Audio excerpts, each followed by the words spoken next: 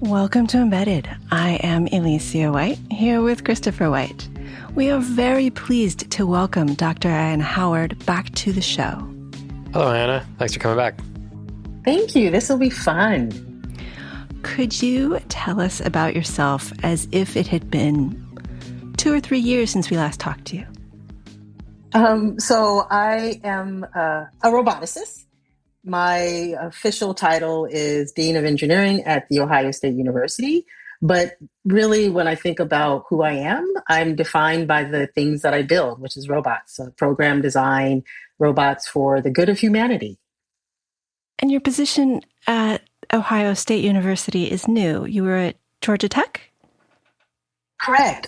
Prior to Ohio State, I was chair professor at School of Interactive Computing at Georgia Tech. I remember we talked to you last time you were at Georgia Tech. I was. And it was before you were even a chair, I believe. Yes, because I've been at Georgia Tech for 16 years. And so I was, associate professor, full professor, endowed chair professor, had a bunch of different associate chair positions, director positions, and then chair. Well, I'm excited that you're a dean now. That's a position of power. I hope you use it wisely. I will. It also allows me to set a gold standard for engineering nationwide, which I'm excited about. Okay, so before we ask you more questions about that and about your book, we want to do lightning round. Are you ready? Yes. Favorite fictional human? Bionic woman. Favorite building on the Georgia Tech campus? Klaus. Best food in Atlanta? Sushi. 3 words you'd like other people to use to describe you? Humble, compassionate, and intelligent. Do you think the singularity is closer than it was 5 years ago? Yes. What is the best animal shape for a robot that is supposed to engender trust in its users? Dog. Yeah, definitely. Well, those little seals are really cute. Yeah. They are. Pretty sharp teeth. Complete one project or start a dozen? Oh, complete one to 90%. Do you have a tip everyone should know? I believe in yourself. That's a good one. Okay, so you wrote a book called Sex, Race, and Robots, How to Be Human in the Age of AI.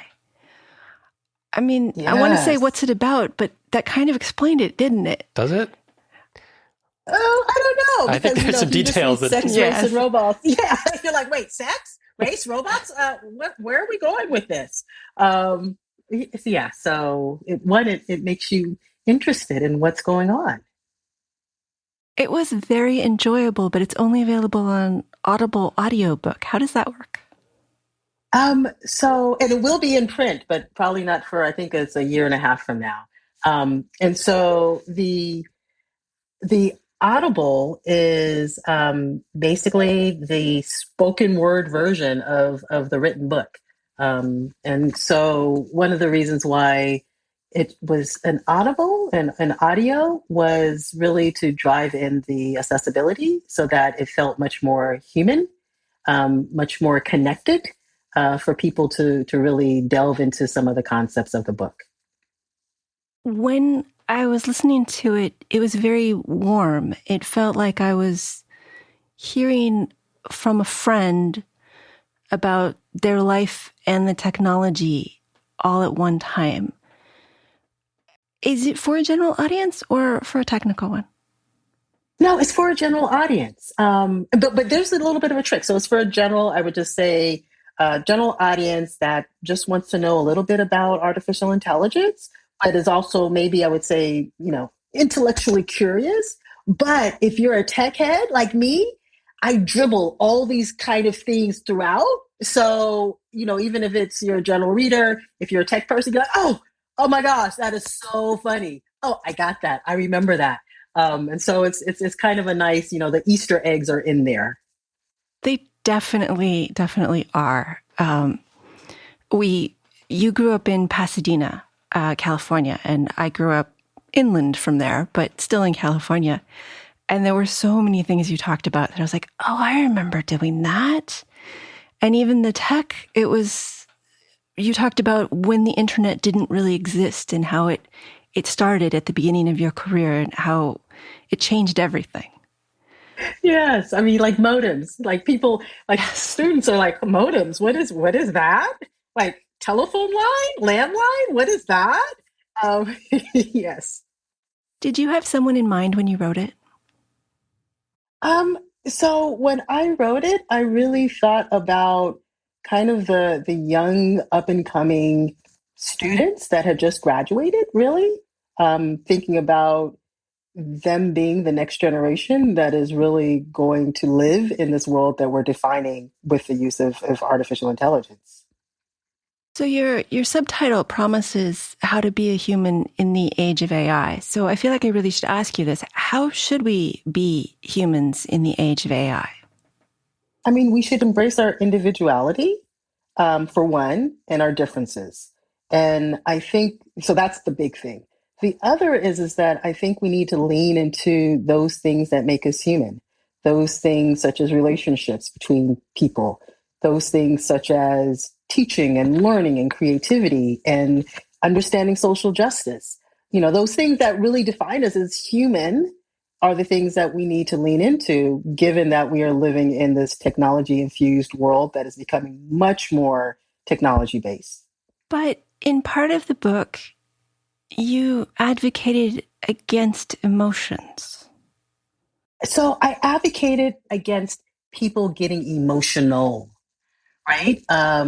So emotions are they're actually part of our DNA, and I talk about emotions from very early on. It's a survival mechanism, right? And the way that we react to people, and some of it's a learned behavior, some of it's reactive, some of it's in our genetics DNA.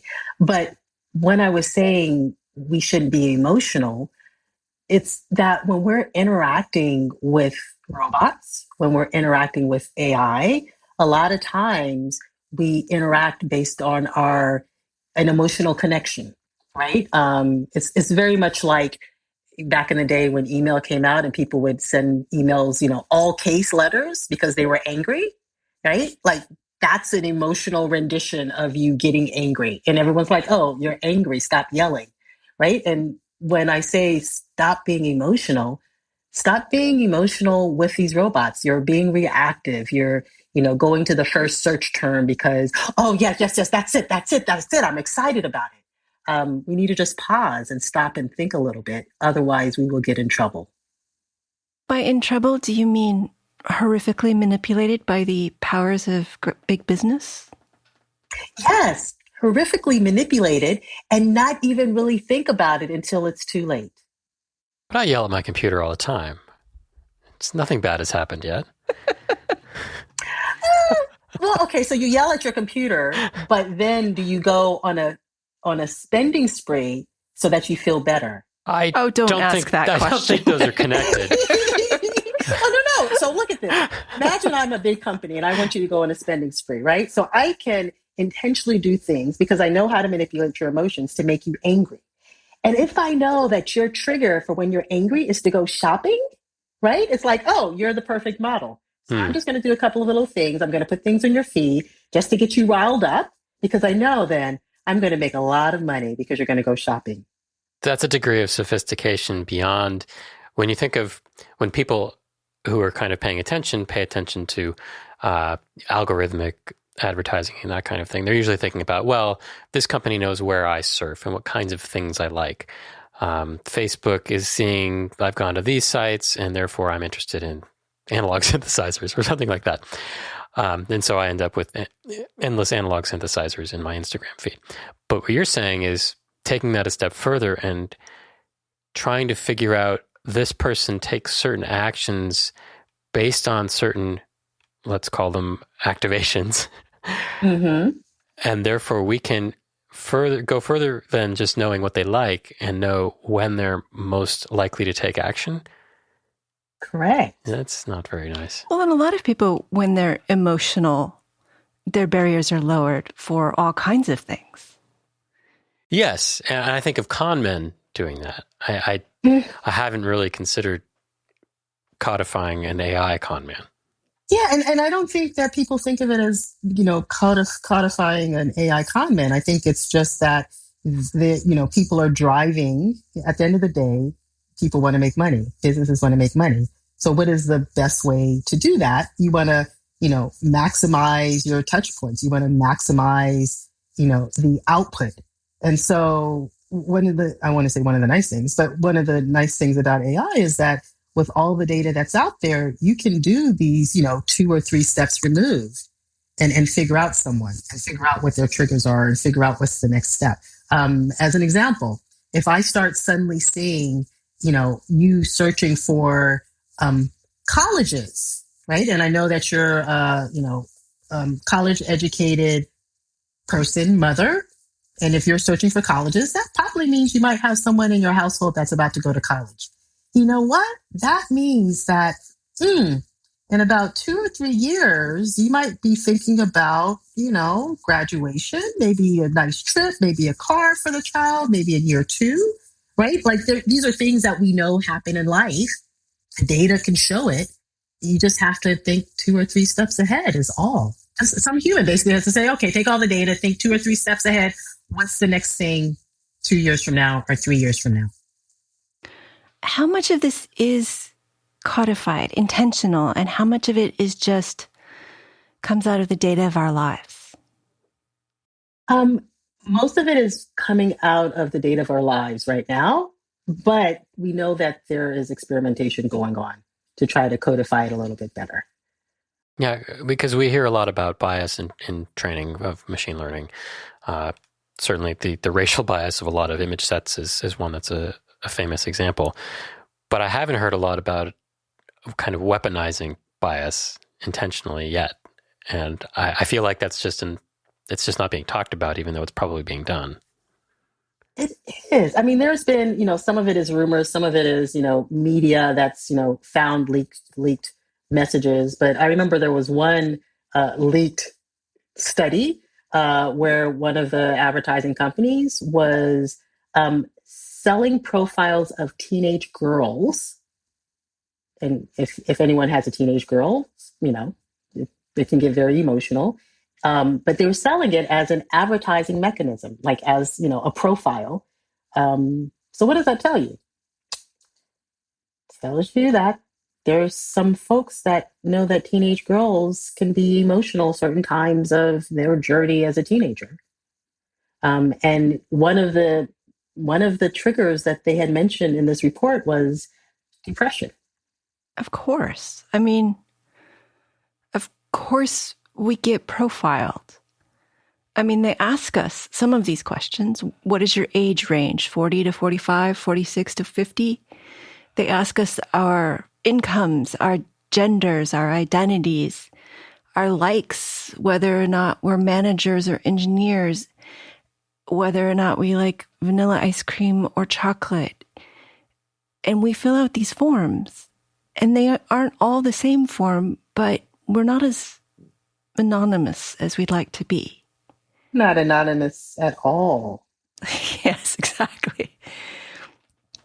How do we stop feeding into this machine? Can we? So the problem is I don't think we can at this point. And it's only because we have so many services that are provided to us that is based on the data now, right? So what that means is that if we suddenly decide that, I individually am not going to give any of my data out there, I'm going to scrub myself from the web, like that's even possible. It also means that you won't have access to, all the things that you might want to in terms of, better loan rates if you're, on that side of the spectrum, or better healthcare options, right? And so right now there's these profiles that are created that are beneficial, right? It's just that they're also detrimental to certain groups and certain populations. But what I do think is that we can control how the data is being used. I think we can ask for a little bit more transparency on how it's consenting and knowing, okay, if I'm giving this data, really, what are you doing with it? Like, I just want to know. And, don't lie. It's like, I'm giving you a free coupon. What else am I giving you? No, no, no, no. You're giving me a free coupon, but then you're also using it because you're selling it to advertisements or advertisers, right? Like, give us the option to decide how it's being used, when it's being used against us. Um, that's really, I think, where we are now, because I don't think we can change the clock to say, okay, now let's just stop collecting data. I do often, whenever I'm asked about cookies, want to thank the entire European Union for GDPR, for making everyone actually be a little more transparent. I agree, and as you know, it's also seeped into California and San Francisco area. I think Washington has also looked at some of these GDPR related kind of regulations as well. I think it's moving in the right direction. Okay, so that's how all of us are being manipulated by AI, and it's easy to understand that, because the more data we give them, the easier we are to target. But for us, as white, cishet, probably more than middle class at this point, folks, we're mostly being advertised to or manipulated about things that relate to advertisement. And that's not awful. I'm not going to say that's terrible until it's used, my medical history is used against me. It's not a big deal, but that is distinctly not true for a lot of people. There's a darker side to this manipulation. Your book covers some of that. Side. Yeah. And actually, I would push back a little bit. It's not just advertising. It's also, middle class. If you have kids that you want to go into college, you might actually be in the positive or the negative, right? Like the datas that are, being used for college applications and determine who goes in are much more being used in AI. If you're going for your next job, a lot of the recruitment tools and a lot of the filtering tools, irrespective of your economics, are being used based on past data. As you get older, I'm sure, as we get into, at least in the US, Social Security and, what should, that age of 65 or 67, I don't know what it is, right? Like that may move because the AI has figured out that, people are living too long. And so we're going to make it like 78 at some point. And here's all the data that supports that. I don't think it's not just advertisement today. But the negatives are, it's also being used in surveillance. It's also being used in predictive policing. It's also being used somewhat in the healthcare system. It's being used in applications related to facial recognition. It's being used in language and language models and the biases in natural language processing that, is in our Siri and Alexa.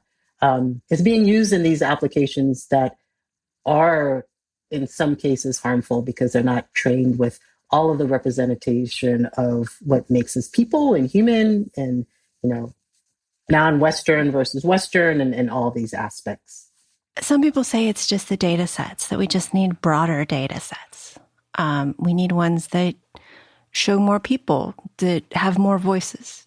Is that enough? No. So that's just one piece of the puzzle. And I will say 10 years ago, maybe 7 years ago, we were all talking about, we just need more data. We just need more data. But the fact is, it's not just the data. We do need more representative data, but it's also the way that we code up the algorithms, the parameters that we select. They have developer biases.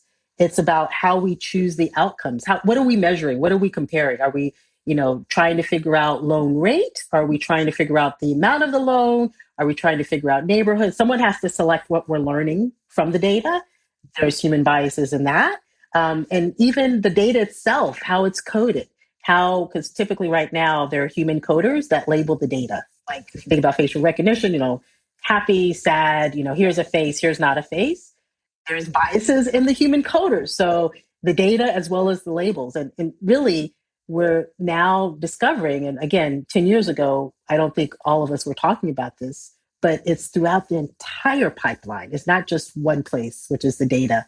Although, having better data would be nice. And so it's one of the easier things, quote unquote, to address because you're like, oh, data, data, data. We can fix that. But it's throughout the pipeline.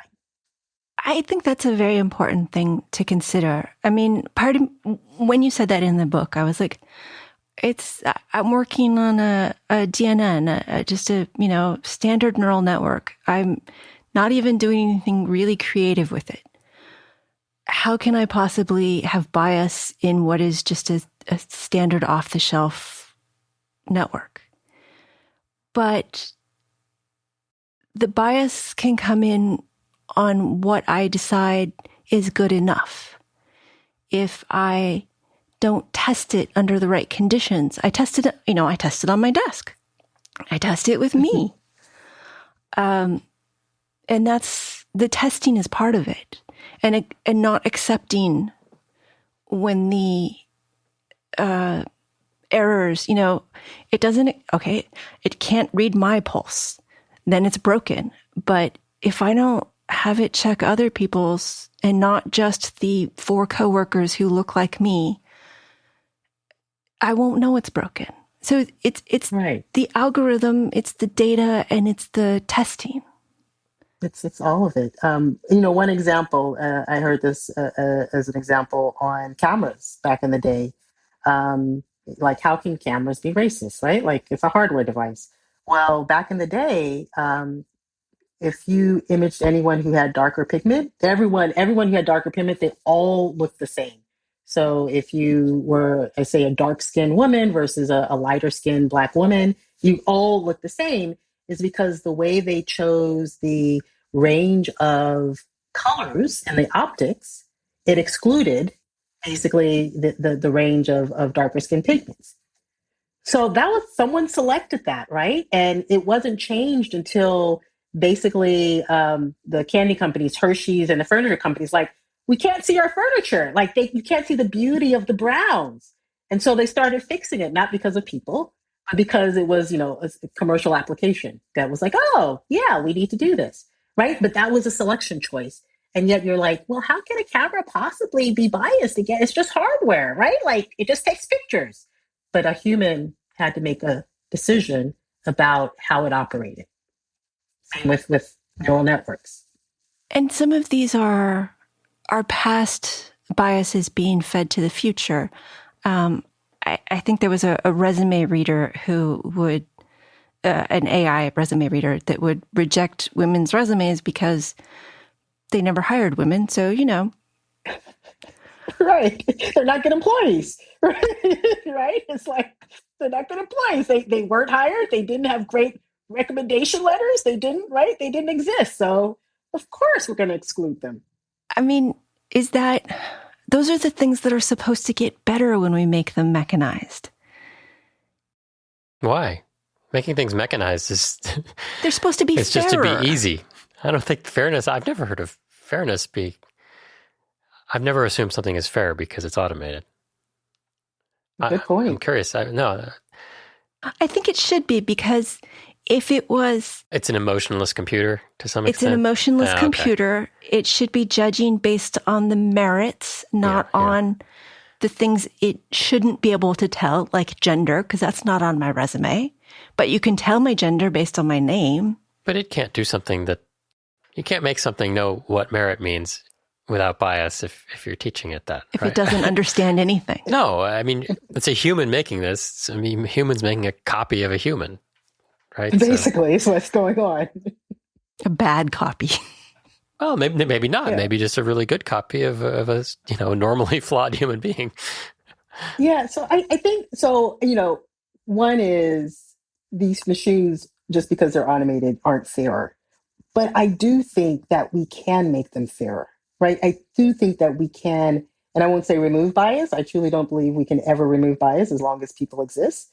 But I think we can mitigate it. right? I think we can reduce it so that the machine is, as good as the best unbiased, quote unquote, human, right? I think we can do that. But to remove the bias, step one is identifying it, isn't it? Or do you have a different path to get there? No, you have to identify the bias. And that's why I said I don't think we'll ever remove the bias, because we all have biases, right? We all have biases. And it might be a bias with respect to religion. It might be a bias with respect to social economics, with respect to gender, race, ethnicity, age, right? It doesn't matter. We all have some bias. And therefore, if any of us are involved, that bias is going to creep in because we don't even know that it exists sometimes. It's like being a fish in water. Yes, you don't realize you're in the water. How do we, I mean, this is very much a human problem and not as much a technology problem. But how do we fix this? So the way that I think about fixing it is twofold. One is as a developer, because I'm a technologist, I'm a developer, I think we need to rethink the concept of what we call as development, right? So typically, it's coders, it's technologists that are working on the technology, and then, it's thrown out in terms of, okay, and here's the application, you folks take it. I think when we think about development, just like if you think about movies and films, right? Like the movie crew everyone is there, like thinking about it, scripting it out, creative. You also have the filmmakers. You also have the technologists that are part of the team.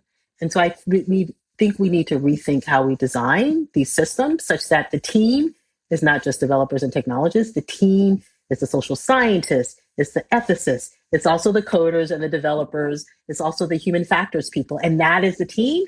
And the team does not produce a product unless everyone is represented that can understand these things. So that's one. The other thing is I think, and I want to, and this is why I did the book, is I want people to feel empowered to push back on the technology that they're using and demand stuff. And basically, I've seen, and I give an example, everyone wants to go green now, right? Everyone, sustainability, go green, these companies, zero emissions, zero emissions. This is actually very, very expensive for a company, right? Like this is not like a cheap thing. You just turn on a switch and like, oh yeah, we're zero. No, they actually have to put in a lot of funding, a lot of effort, a lot of strategy. And at the end of the day, it's not like they're selling more products, right? But there was enough of people that said, pushed back, like we need to go green. We're not going to sell. We're going to go to these other companies. And companies finally said, oh, you know what? Maybe this is something we should focus on. And once you have a few do it, then everyone else, comes on board. And I think that we as a community have that power to say, look, we need to make sure that we have unbiased technology. We have unbiased algorithms. We're going to do it. Else we're going to go to these startup companies and we're not going to use company X, company Y, company Z search engines. And we're going to have a movement. I think we can change the world. I think we can change these companies. I love the analogy because it does give hope that things can change and that consumers can push some of that change. There are companies that do green certification, and there are standards now. Do you think we'll be seeing racial bias and gender bias and religious bias and all other biases standardized? I mean, I guess we don't standardize the biases. We standardize the non-biases. What we need is an AI to detect bias. I believe there are some. There are some. I actually think that we are going to start seeing a lot more third-party certification companies that will come in and certify, right? Like, I have a new product, I have a new AI algorithm, I'm going to, petition, contract this company that's a third party to come in and do my audit, right? We do this for our finances all the time. Third party come audit my financial files because, else SEC might, SEC might get on me if we don't have a third party auditor. Like, this is a fact. And so I see that happening more and more. You said SEC, the Securities Commission, but I immediately went to FCC with the radios because that is more what I think about when I certify things. But I could see the same, exactly what you're saying. I would go to a company and get audited, and they would check for all of the things that I don't know how to do for accessibility and fairness. Exactly. Is fairness the right word? So, no one has converged on the actual word. So there's fairness, accountability, ethics, Equity. equity. I mean, there's a hodgepodge of words that the community is still kind of working through, figuring out, what does this look? Transparency, explainability. There is no convergence yet of what it is that we're talking about, because even fairness with respect to whose criteria. Exactly. Right?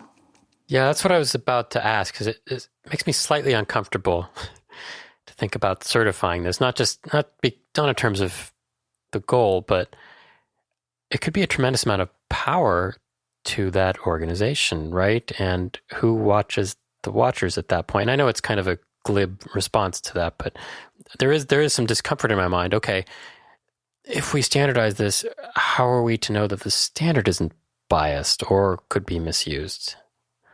Oh, it will be. It will be. And it's not even, I don't think it's the standard of, quote unquote, what is fairness or what is bias. I think it's the standard process of how do you assess an audit. Yeah, okay. Which is two different things. A very open sort of process.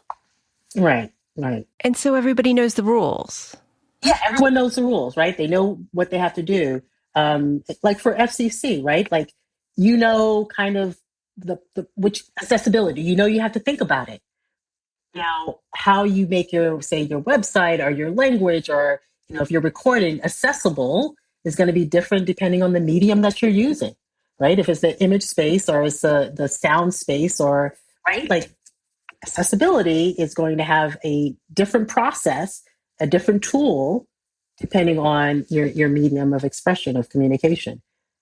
And there are likely to be different levels. I mean, when we started the podcast, we were audio only. And then about a year ago, we started doing transcripts because I realized how important that was for accessibility.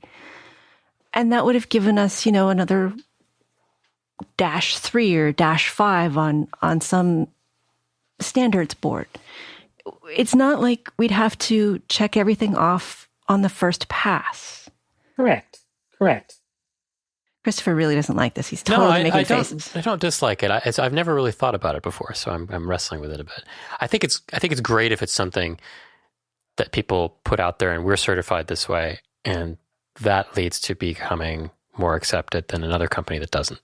Like fair trade chocolate. Sure, but I don't know that anybody's suggesting this, but I don't want people coming in and say you can't exist because you don't conform to. Well, let's talk about this with respect to the FDA. Okay, think about it. I want to create a drug or a medicine. I can't just go into my garage and put some chemicals together and be like, yeah, here's something. I'm trying it on my dog. Look at that. It makes him healthier. I'm now going to sell it to people. I mean, you totally can for a little while. Then you can go to jail. If anyone dies, you definitely go to jail. So what is the FDA? The FDA is a third-party agency, right? There are some processes. You have to collect data. You have to talk about, even from like your concept. Like, it's not like, oh, here's my drug. I'm going to go to, clinical trial 3. No. From day 0, as you are putting your chemicals together, you have to record it. You have to discuss it. You have to talk about the processes. When you actually start your trials or your pilots, like who was part of your pilot study? How did you find them? Right? Were they coerced in any way? What was the lab like? Right? And there's all of this paperwork. There's all of these things that the FDA requires. And then there's levels of harm, right? Is it a class of, device 1 or 2 or 3, right? And depending on the level of harm is associated with how you have to document your processes and the things that you need. But then there are things that aren't FDA approved. You can buy a whole grocery store's worth of stuff that the FDA didn't approve because they don't cause harm. And so maybe surveillance systems get anti-biased approved, but I don't know, our cold medicine doesn't. Right. Are the app that selects your music, right? Because, there is some bias in the music because, it recognize you based on your past preferences and associates you with others, right? But maybe that is like, yeah, that's so not harmful. That's okay. That's a bias that I accept, as opposed to police profiling would be a bias I don't accept. No, it's tricky. No, it's. I wouldn't want to put like a music company through. If we're using the FDA as an analogy, I wouldn't want every software company to have to go through an FDA-like process, even at low level of concern, because one, they can't scale. There's way more software companies than there are drug companies. Right, but even the FDA, for example, with AI, exercise is actually not regulated by FDA unless, the exercise information is being fed to your doctor who's then using it, right? Like there's some criteria. Yeah. And so I would say it's the same thing. If you're creating, a music app, it's fine. But if your music app is then feeding into, surveillance. Yes. Well,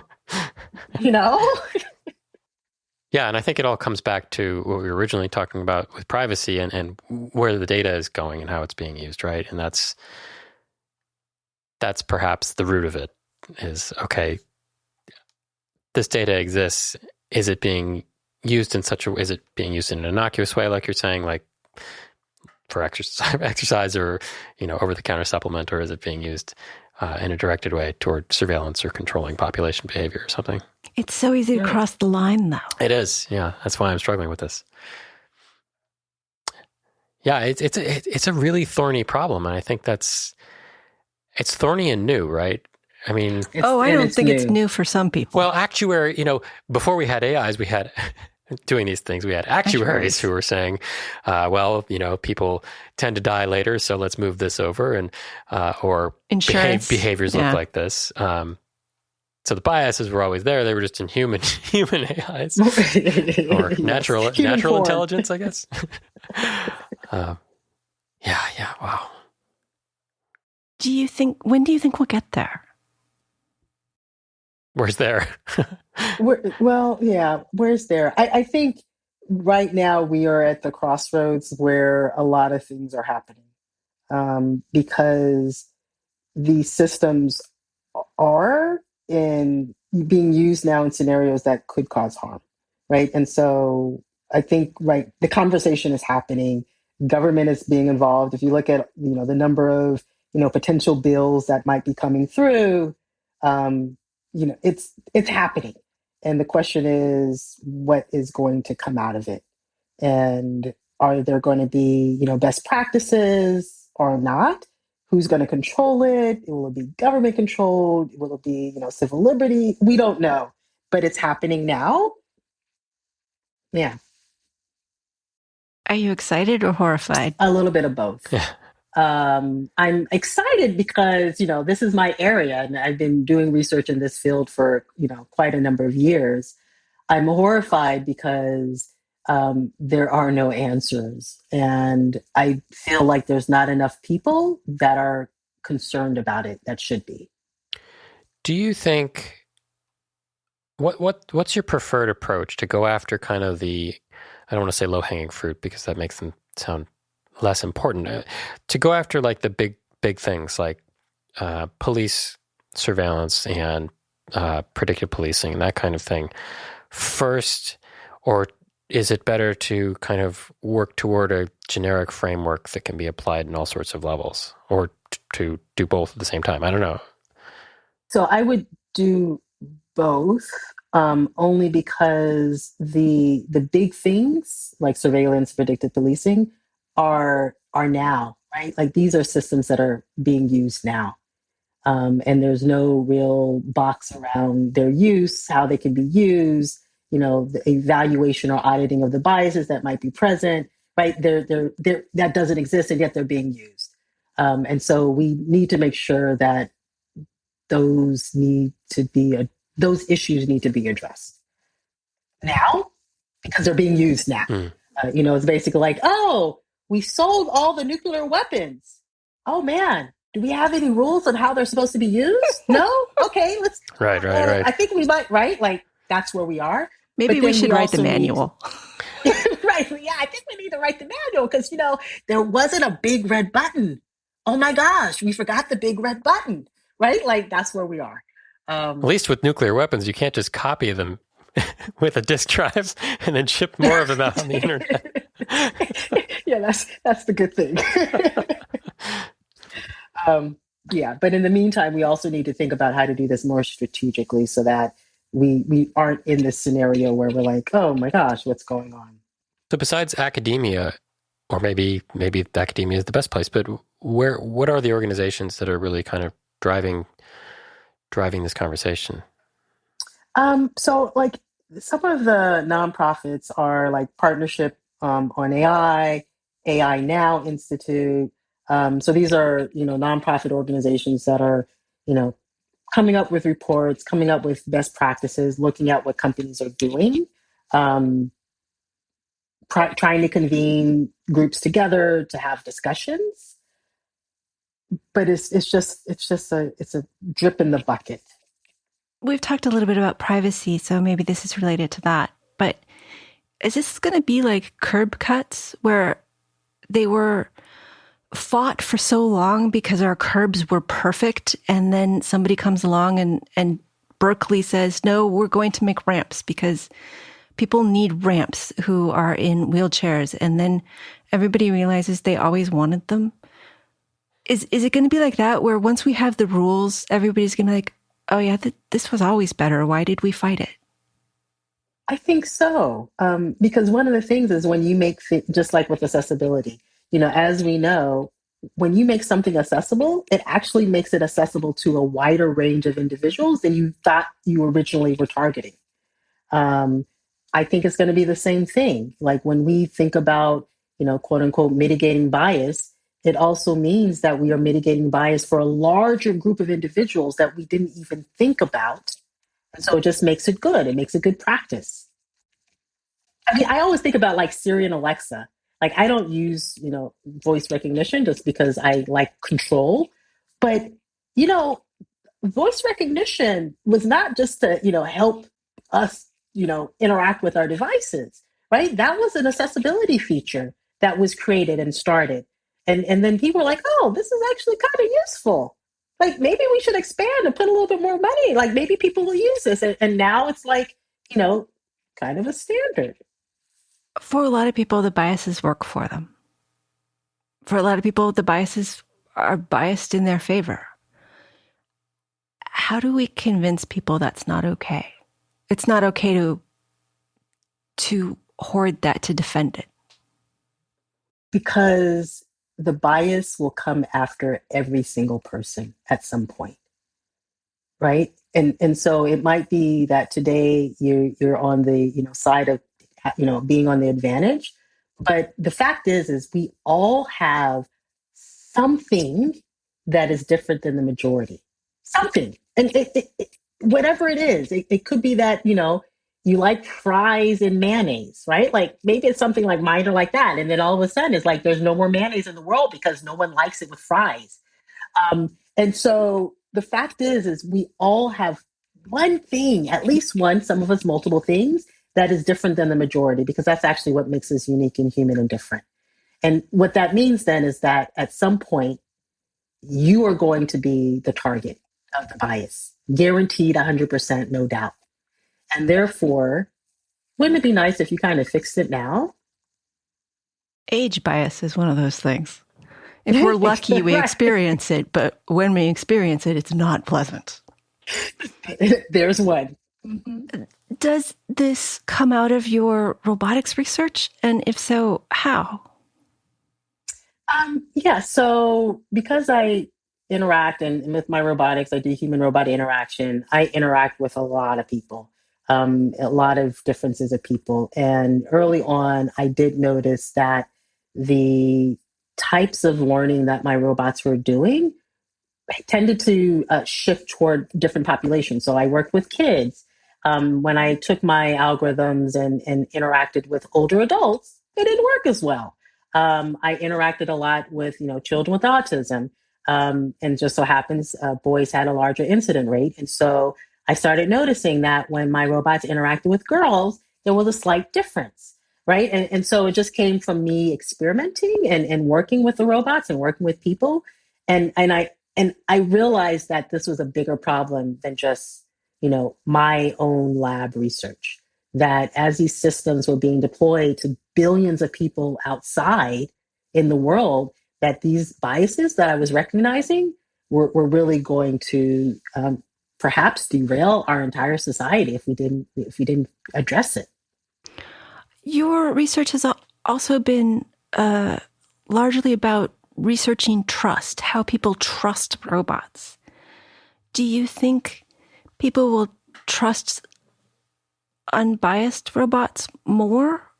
Or do you think that's humans aren't that smart? People will trust robots whether they're biased or not. They will trust the intelligent nature of these devices and the decision-making processes and the fact that these AI systems basically mitigate our need to have to work. It's actually an energy conservation function for us. Yeah. I think you need to unpack that for me. Yeah. So what happens is when we are in a system, when we're in working with an automated system, robot or AI system, what happens is that we can go into reactive mode. Being reactive, like, yeah, sure, yes, yes, yes, yes, is actually easier for us in terms of the energy we expend in terms of thinking than us having to process. And so if we are in a scenario where we're interacting with a machine and it seems to get it right most of the time, we actually go into this like energy conservation mode, i.e., I'm not going to necessarily think about this task because the AI knows what it's doing. And therefore, I can exert my energy on other things like breathing, right? And so what happens is that we go into that mode very quickly when it comes to AI, when it comes to robots, very, very quickly, because we have this perception that they know what they're doing. And it's actually very hard to break that as well.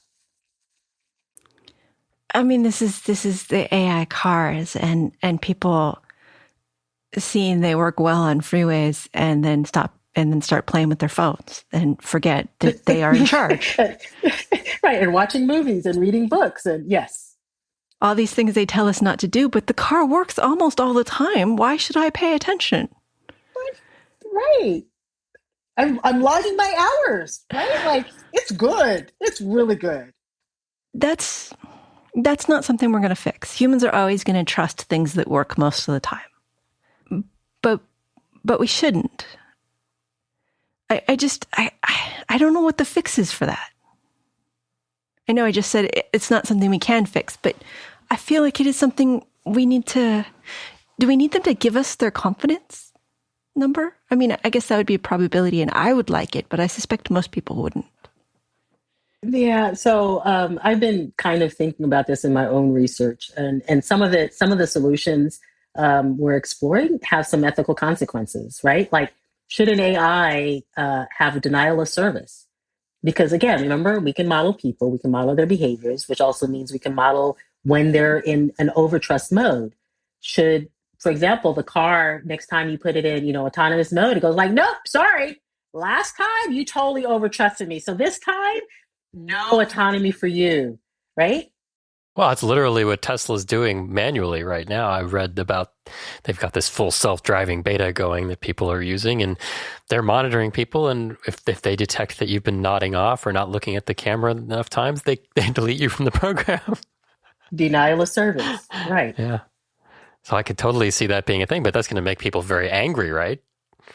Right. So there's this thing. It's how would you how do you balance that? How do you do it so that it's now you're losing your, the human autonomy, the humans, feeling that they are in control. But then you wake them up, right? Like, you're like, oh man, like, yeah, you're right. I did just kind of, nod off and didn't pay attention. So this time I'm gonna do right. And then of course, a week later, denial of service again because, as you said, we are human. How much are we trending toward kind of the Asimov world here? The three laws or something Well, worse? I mean, he wrote a lot of things that kind of touched on morality and robots and stuff, but I do feel like we're starting to kind of engage with that stuff in reality. Yeah, we're getting closer because these systems are I won't say becoming, they are integrated now quite well into our lives, and that's just going to continue and accelerate. When I went to college, there was no ethics course. I even went to a college that is very humanities heavy for a tech school. But I think there are more ethics courses happening now. Do most undergrad CS or engineers now have an ethics course? Most places do. I would say majority of computer science, majority of engineering programs have some form of an ethics requirement. Sometimes it's within, it's a full course. Sometimes it's a thread integrated through courses. It's different ways of how it's done. So yeah, the next generation, I mean, at the institution, university level, there is movements about how to do this so that it's much more integrated into the curriculum, so that it's just not a course, right? Where it becomes part of the student's DNA. But the conversations are happening. We're going to start seeing movement in the education space over the next 3 to 5 years, so that the next generation of computer scientists, engineers, I think will have the tools to think about these problems and have the tools to identify that they don't know everything, right? And so they need to build and have teams that represent the community and all these aspects. You're teaching college students, you're teaching 20-somethings that they don't know everything? Some of them are under 20. Yeah. But more seriously, what does an ethics course consist of? I mean, teaching them they don't know everything and that they need to be part of a team. Is it about don't do things that are going to make the world worse? It's okay to say no? What else is in an ethics course? Yeah, so at Georgia Tech, I taught, and it's actually still being taught, but constructed and taught an ethical AI course. And so the way that I approached it is, we would go over, I would use example, word embeddings, which is a methodology in natural language processing, which has some biases. Men are to doctors as blank is to nurses, right? Like all women are nurses and all men are doctors kind of thing. And so we go through this, and what they have to do is that one, they have to assess some of the algorithms that are out there and come up with these firefighter, what's a firefighter, man or woman? Well, most word embeddings will say it's a man, right? Police officer. So they go through this entire exercise. So that's the awareness. And then what they have to do is they actually have to develop solutions to remove some of these biases so that there's not this type of association. And then what they have to do is then, and this is just the word embeddings, and then they have to find a data set that's out there and do a full kind of analysis that's separate from what I teach them to actually basically do an audit. That's an example. Teaching the auditing skills that's pretty cool. Yeah, well, there's different tools that are out there that I tool from that there's actually tools out there that you can look at disparate impacts, you can look at different outcome measures based on data sets, based on your algorithm. So there's some they're techie tools, so they're not like anybody can just be like, oh yeah, sure, I'm going to compile this Python script and run it, but they do exist. You spoke about these students having a project in the ethics class where they could monitor the data they found for biases. And then we were also talking about making some sort of agency or auditing system to look for biases. Are these connected? Are there tools coming? So there are some tools that are out there. One of the and so a couple of there's a tool from called Model Sheets, for example, that Google has that people can use. There's tools called About ML that comes out of the Partnership on AI. IBM has a set of tools that you can use to do basically auditing assessment of bias around different measures and metrics. The problem is that they are designed for technologists. So there is not like a simple, oh, I could just pop in and double click an app and voila, everything's like magic. It actually requires a little bit of intellect to figure out how to use them. But they're there, and I teach my students how to use them for a bunch of different types of applications, AI applications. That's kind of reassuring. Okay, so I want to change subject. You left Georgia Tech after 16 years. You're going to Ohio State. Why? Yes. Well, one, I'm bittersweet. I really do love Georgia Tech. It was my home. I still think of it as my academic home. But going to the Ohio State University as Dean of Engineering was an opportunity I could not refuse. One is that the institution is really leaning into kind of three things that I'm passionate about. One is ensuring that the student and faculty population look like the city of Columbus, look like the state of Ohio, look like the US, and providing resources to do that. Because in engineering, we make things for everyone, and therefore engineers should look like the community that they're making things from, which is, again, something I'm very passionate about. The other is around innovation. Basically looking at emerging technologies and how do you design for the future in a responsible way. So thinking about responsible engineering around medicine, around 6G, around artificial intelligence, which again are like, oh, wait, hold it. I work in all those areas. I'm like super, super psyched about that. And then the third, which is about making education and engineering accessible by, in fact, President Christina had announced she would like to have debt-free, like all students would graduate from college as undergrad debt-free, right? That makes engineering accessible to basically anyone who wants to be an engineer, like come here. And as an engineering college, though, we have to ensure that we have the scaffolds to ensure that every student that wants to do engineering can be successful because their high school may not have had computer science or may not have had calculus or may not have had these things that we require to kind of start off. And so what can we do as a university to make sure every single engineering student is successful? And so I'm excited about thinking about that. And all these three things means that it can be a national gold standard that other universities can look at to do it the right way. But what about the robots?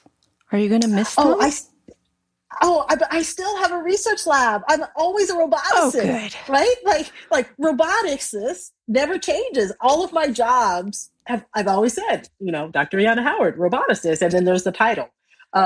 So I will always be a roboticist. I will always build, design, and program. Are there new sensors or systems that make you excited about the future robotics? What should we be looking for? I still kind of enjoy humanoid robots just because they're really fun to work with.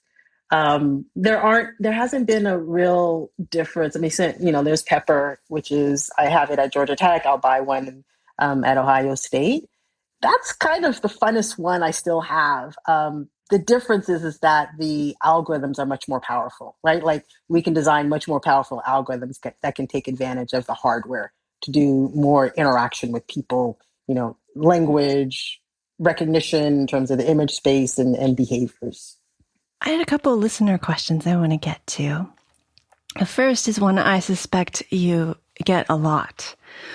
What's a piece of advice you'd give to aspiring robotics engineers who are just starting out in the field?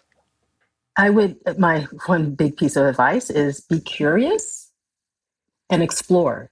So one of the things about robotics and engineering, computer science, it really is this exploration process to find solutions to, problems that people haven't yet solved. I mean, that's the ultimate goal.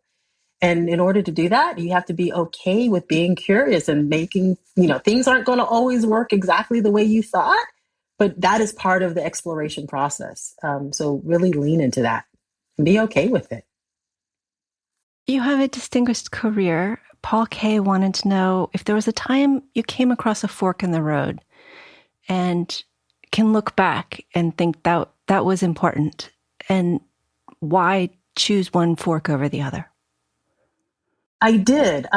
So I would say about 5 years ago, I had the opportunity to go into corporate because AI robotics is like even now is like really really really popular, and a lot of companies were starting to poach academics into their fields, and becoming CTO and things. So like pretty nice lucrative kind of positions, and I really had to think about what it was that I wanted to do, and I felt that my ability to basically have the freedom with respect to my research, the freedom to basically talk about change was more important at this stage than the other opportunity just in general. And I chose right because I do have a national stage. I can talk about bias, I can talk about fairness, I can talk about AI and ethics and robotics, and I can point fingers even to companies and even my own institution, and that's my job. That is my function. That is expected of me. And I wouldn't give that up for the world. I didn't know that back then, but now I realize it was the right choice. It's a tough choice, I bet. I mean, lucrative versus academic. Oh, very like times 10 salary level lucrative.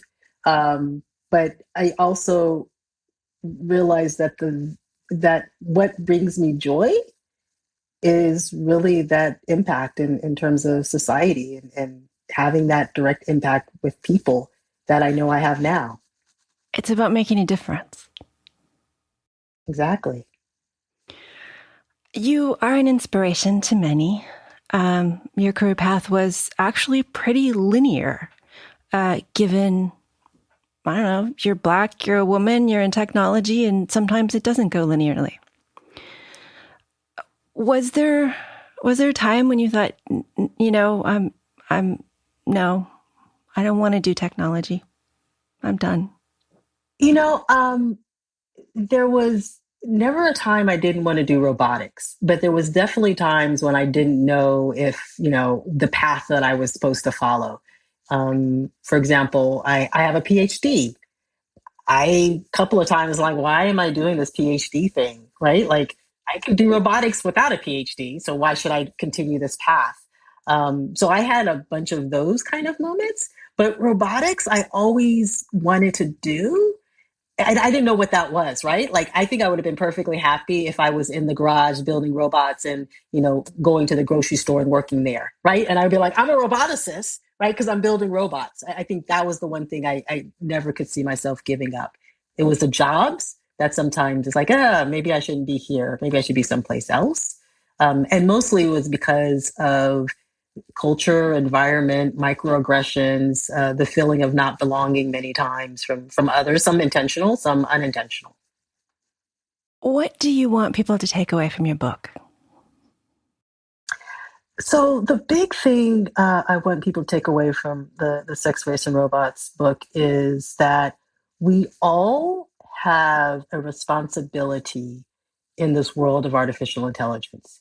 Whether you are a developer, a technologist, a consumer, or just a person that lives in a house somewhere in the middle of the Sahara forest, we all have a responsibility, because if we don't, then the decisions are going to be left up to a very small number of individuals that might not necessarily reflect your individual interests and the things that you want for your home, your family, your community. Do you think it was important to put so much of yourself, of your past, your memories and memoirishness into a book that is about technology? I did. And, I debated about that. But when I looked at the books that were out there that talked about, AI and robotics and bias, a lot of them were removed. And so I felt that by weaving in my own personal story, when people can relate to my story themselves, then they can also relate to the AI and the issues, right? So it's more of I'm putting you in my place, because all the stories, there's at least one that people are like, oh yeah, I remember going through that. And then as soon as I grab that kind of sentiment and feelings, then it's like, oh, then this other stuff that surrounds it has got to be important, because now I can relate. It is incredibly effective. I like that you did that. When we talk about ethics and bias and AI and race relations and all of that, it can be dry and hard and difficult, even if it's good. But the personableness of your book, I really appreciate it. So thank you. Thank you. Thank you. Do you have any thoughts you'd like to leave us with? Of course, read the book. Listen to the book. But no, I think it's that this last is, you had asked the question, are we closer to the singularity, than we were 5 years ago? I think we are, but of course, that could be a million minus 5 years. But what I want people to really think about is they don't need to be fearful or afraid or think AI is this, all-knowing thing that we have no control over. We have direct control. AI is learning from us, is learning from our behaviors and our biases. And if we can control ourselves and our biases, then we can definitely control AI. Our guest has been Dr. Ayanna Howard, Dean of Engineering at Ohio State University and author of Sex, Race, and Robotics on Audible. There will be links in the show notes for that book, as well as a link to the transcript for her previous episode and a link to that show. I just wanted to add that there's a lot of pessimism out there, and it's great to hear your viewpoint and your optimism come through. And I think it's helpful for a lot of people to think about these issues in a more optimistic frame. So thank you. Thank you. Thank you to Christopher for producing and co-hosting. Thank you to our Patreon listener Slack group for questions, Chris L., Sahil, and Paul K. And thank you for listening. You can always contact us at show@embedded.fm or hit the contact link on Embedded FM.